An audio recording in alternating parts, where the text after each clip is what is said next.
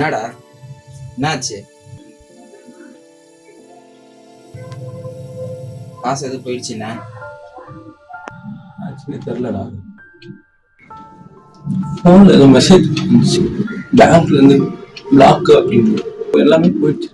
அப்படியே போச்சு.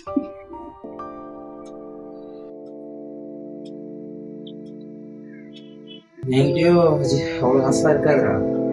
நான் பசங்க யாரையும் கேட்டு பாக்குறேன், கிடைக்காது. பாக்குறேன், கேட்டு பாக்குறேன்.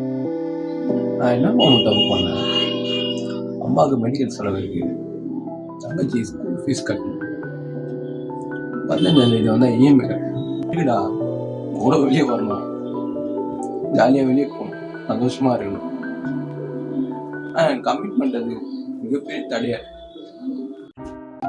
கிளம்பணும் வேலை.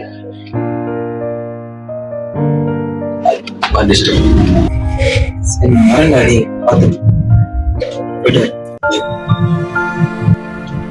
பார்த்து போடா.